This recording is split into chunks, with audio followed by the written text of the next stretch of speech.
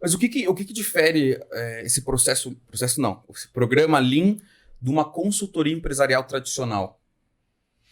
Quando a gente pega e fala de uma consultoria normal, digamos assim, a própria consultoria, não sei se exatamente a diferença está na consultoria Lean para uma consultoria tradicional. Acho que vai muito daquilo que a consultoria acredita. Então eu e o Paulo, quando a gente viveu o Lean, a gente passou a acreditar no Lean como quase que uma forma de viver.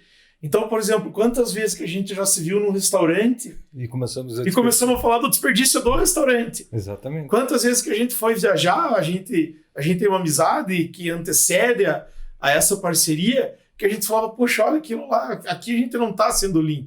Então, a todo momento você vive. Então, acho que muito mais do que a filosofia ou a metodologia que a consultoria aplica, é muito mais o quanto que você entende e quanto que você vive esse processo.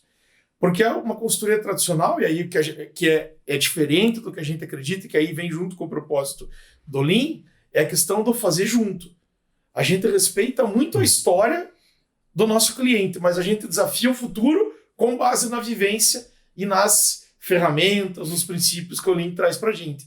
Às vezes uma consultoria tradicional, ela não acredita tanto no propósito, ela está afim de vender um serviço e colocar a culpa no cliente no final do dia. Tá tudo errado porque você começou errado e pau que nasce torto nunca se endireita. Exatamente, o problema é teu, não é meu. E eu te falei, né? Porque é muito fácil. Chegar e falar, faça desse jeito. E aí virar as costas e ir embora.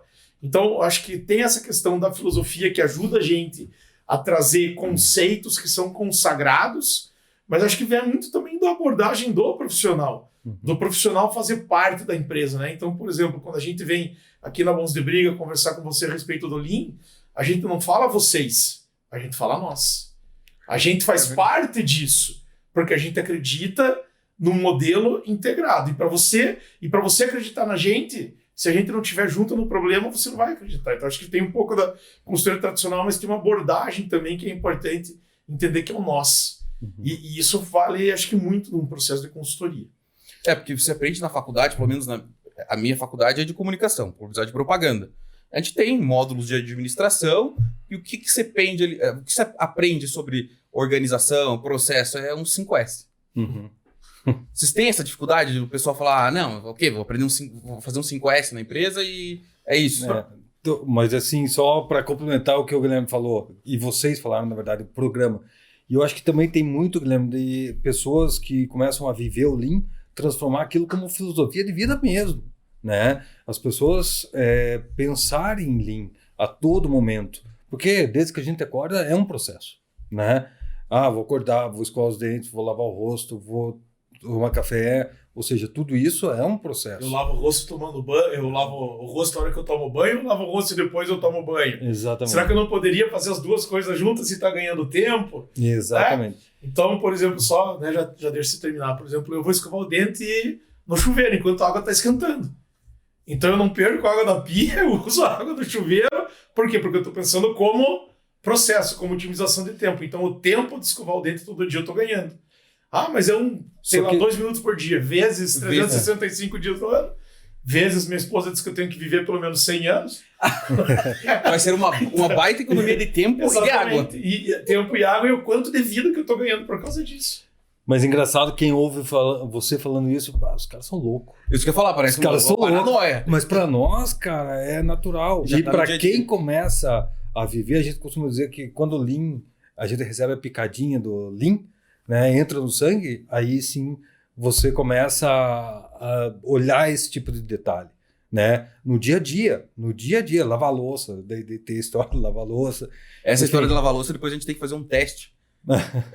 Uma prova real, daí a gente coloca no final do vídeo. Mas, então eu acho que tem a filosofia de vida que é o Lean. E uma outra coisa que você perguntou da consultoria tradicional, tal, eu acho que a Rivus tem cada vez mais visto a parte de serviços como cliente. E acho que a maior dificuldade nossa é pegar conceitos que nasceram na indústria, que foi o maior tempo onde a gente viveu, numa indústria automotiva, que foi a Toyota, e transformar esses conceitos no dia a dia de uma empresa onde tem só processo administrativo. né? Onde lida, por exemplo, com várias demandas durante o dia, por exemplo, um restaurante ou um mercado, né? Como que eles lidam com isso? Diferente de uma indústria, né? Então tem coisas na indústria que são mais fáceis de visualizar e no serviço não. E a gente tem visto que tem bastante gente, eles têm dificuldade de enxergar isso. Eu acho que o nosso trabalho é tentar traduzir isso, a nossa experiência, os nossos cabelos brancos, deixar mais fácil para as pessoas, para os nossos clientes, através de exemplos, através de histórias, enfim, eu acho que por aí. Me corrija se eu estiver errado, mas a indústria ela já vem com um nível de consciência mais alto em relação à organização, processo, evitar desperdício, onde o varejo e o serviço talvez não tenham esse nível de Exatamente. conhecimento e de entendimento e de vontade e de necessidade, talvez uma necessidade oculta. Então, mas eu acho que é por necessidade, por exemplo, imagine, né? Você, empresas automotivas, de repente vem uma empresa que se destaca, no caso a Toyota, que foi lá nos anos 70. As outras começam a procurar e ver o que ela está fazendo diferente. Então, assim, com certeza, no ramo automotivo, o Lean ele é muito mais difundido, muito mais conhecido. Não é simplesmente um 5S, né? E em outros nichos de mercado, não. É porque o Lean acaba sendo, numa indústria, um diferencial competitivo dos caras. Mas eu acho que em qualquer negócio ele é um diferencial competitivo. Assim, eu comentei que eu trabalhei 8 anos com consultoria, já pelo menos 8 anos eu tenho uma história de consultoria, e a minha primeira passagem foi entre 2004 e 2008.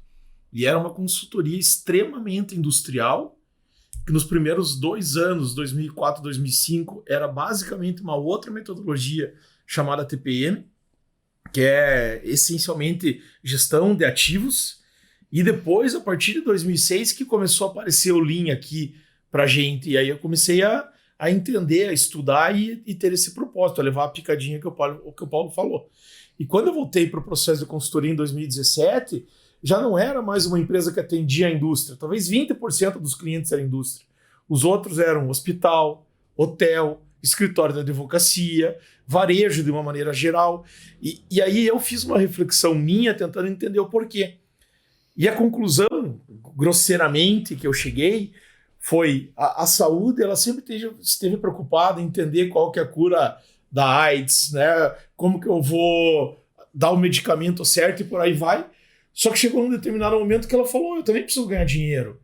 As margens estão diminuindo, meu profissional está ficando mais caro, eu não posso mais gerenciar o negócio da forma como eu gerenciava. Então eu preciso buscar mecanismos que façam com que o meu processo seja mais eficiente. E aí, para mim, isso foi muito forte, e eu conto essa história repetidamente. Quando eu morava em Joinville, eu fui para um hospital e cheguei lá e falei, tô com dor no joelho. E a menina falou assim, então tá, vai ali na triagem. Fui na triagem, ela falou, agora você pode ir pro raio-x. Eu falei, não, mas eu não sei onde que é o raio-x. 4 andares do hospital, nunca fui no hospital. Ela falou, então espera aí. Fiquei 10 minutos, 15 minutos esperando, de repente passou uma menor aprendiz e coletou, né? 15 caboclos junto andando com ela e ela distribuindo a turma no hospital. Fiz o raio-x e falou, você pode ir pro ortopedista? Eu falei, cara, eu não sei onde é ortopedista. Mais 15 minutos esperando, de repente a mesma menina com outras pessoas, ou algumas repetidas, sai distribuindo. Vou na consulta, 5 minutos de consulta, que é o que eu queria, a consulta. Sim. Né? Então já fazia 1 hora que eu estava no hospital, 5 minutos de consulta, o médico fala para mim, tá aqui a receita, pode ir embora. Eu falo, cara, mas eu não sei como é que eu vou embora. Mais 15 minutos e passa a menina. E faz um ciclo, eu fico 1h30 no hospital, 5 minutos. O meu tempo de agregação de valor, que é o tempo que eu estou disposto a pagar. Passado uns 6 meses, um sábado de tarde, eu cheguei para minha esposa e falei, cuida das crianças que vou fazer minha via sacra lá no hospital, o joelho doendo de novo. Chego no hospital, a menina falou, triagem, vai pro raio-x. Aí eu já, né, sacudo já, né. Falei, mas eu não sei onde que é o raio-x. Ela falou para mim, siga a linha vermelha. Eu peguei e fui. Em 1 minuto eu cheguei no raio-x. Quando eu fiz o raio-x, eu falei, ele vai pro ortopedista. Eu falei, não sei onde que é. Siga a linha amarela. Fui pro ortopedista.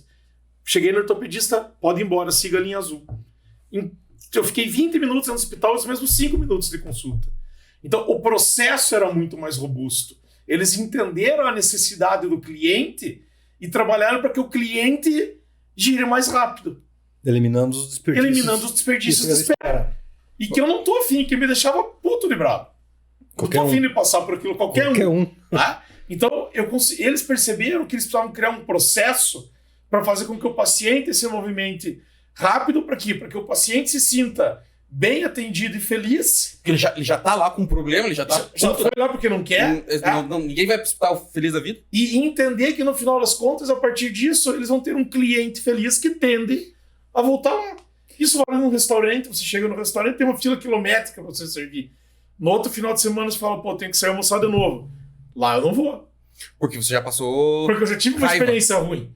Então, entender o processo, estudar o processo, foi o que a indústria ensinou pra gente. E aí você começa a falar, onde é que eu tô perdendo tempo? Aonde que eu tô deixando de agregar valor? Por que isso acontece? E começa aí a encontrar essas soluções. Essa solução da marcação no chão, o nome dela é uma solução de controle visual, de gestão à vista, aonde você dá autonomia para a pessoa e ela faz o processo dela de uma maneira muito mais rápida. Mas não é uma simples linha no chão, né? Para chegar na linha do chão teve... Não, mas eu acho que Não, teve, só que eu acho que teve um detalhe, que é o incômodo. O incômodo de ver as pessoas esperando, os pacientes esperando. Eu acho que esse incômodo, até maior do que isso, é um detalhe, é colocar o teu cliente como centro da tua decisão. Perfeito. Mas tem aqueles caras que pensam assim. O cara tá lá, 30 anos no negócio. Ah, mas a gente sempre fez assim. Ah, sim. Tem esses caras, por exemplo, chega no hospital, não, mas vai ter que esperar 15 minutos. Não, é assim mesmo. Né?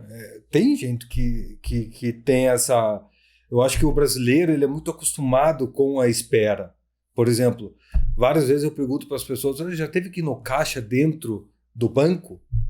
Lá não o eletrônico, lá dentro do banco já. Depois da porta giratória, o que se pega? Daí a pessoa, senha.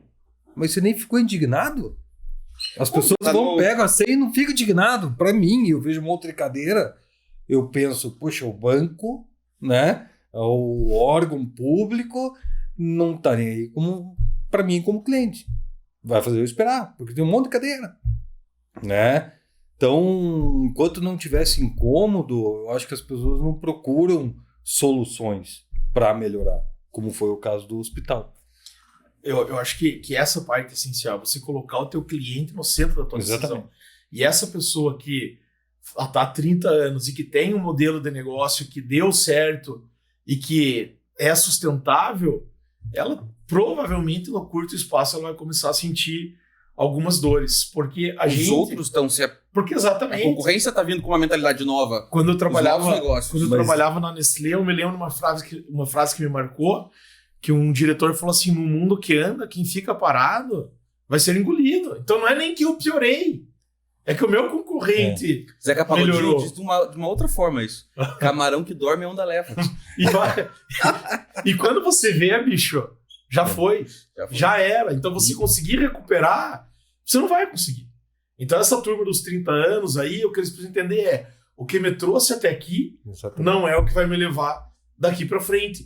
E em nenhum momento a gente tem que desrespeitar essa história, porque é uma história vitoriosa. Agora, até quando que eu quero continuar sendo vitorioso?